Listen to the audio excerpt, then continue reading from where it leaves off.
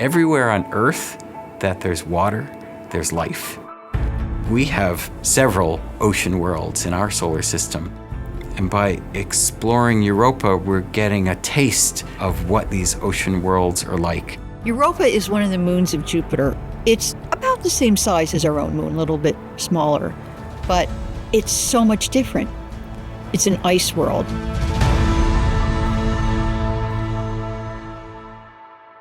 Europa probably has beneath its icy surface a global ocean of water. We think there are thermal vents in this vast subsurface ocean. There may be primitive organisms there, similar to the original primitive organisms on Earth from which we all evolved. When we first discovered the hydrothermal vents on our seafloors on the Earth, we also discovered life. There was no sunlight that was penetrating down that deep, but yet there was life.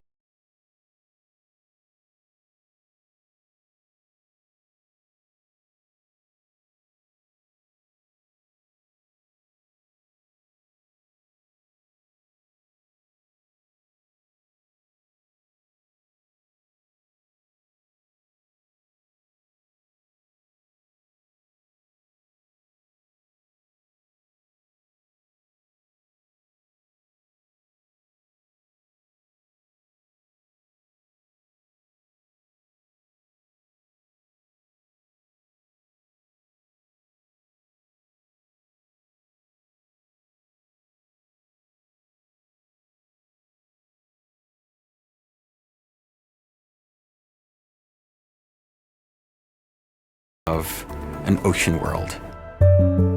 Europa Clipper is orbiting Jupiter, and it's performing 49 flybys of Europa. And the main reason it's doing that is to stay mostly outside of Jupiter's really intense radiation belts. Each time we make a flyby, we turn on all of the instruments at once.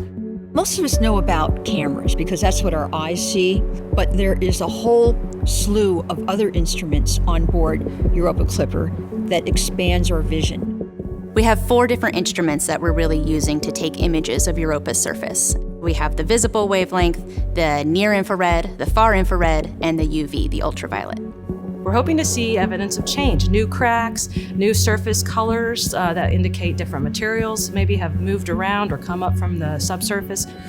We have an instrument that can sniff the very thin atmosphere, the gases, and determine the composition with extreme precision. We're looking for signs of organics at Europa.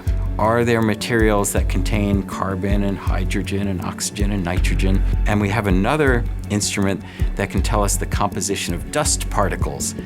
We're pretty sure there are salts on Europa's surface, and those salts may have come out of the ocean. We want to understand what are those salts. We have a magnetometer and a plasma instrument that are going to be studying that magnetosphere environment that Europa is sitting in and Jupiter's magnetosphere environment.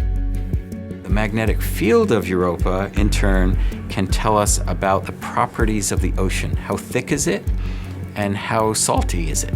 And then we have this novel ice-penetrating radar that will try to get below the ice shell.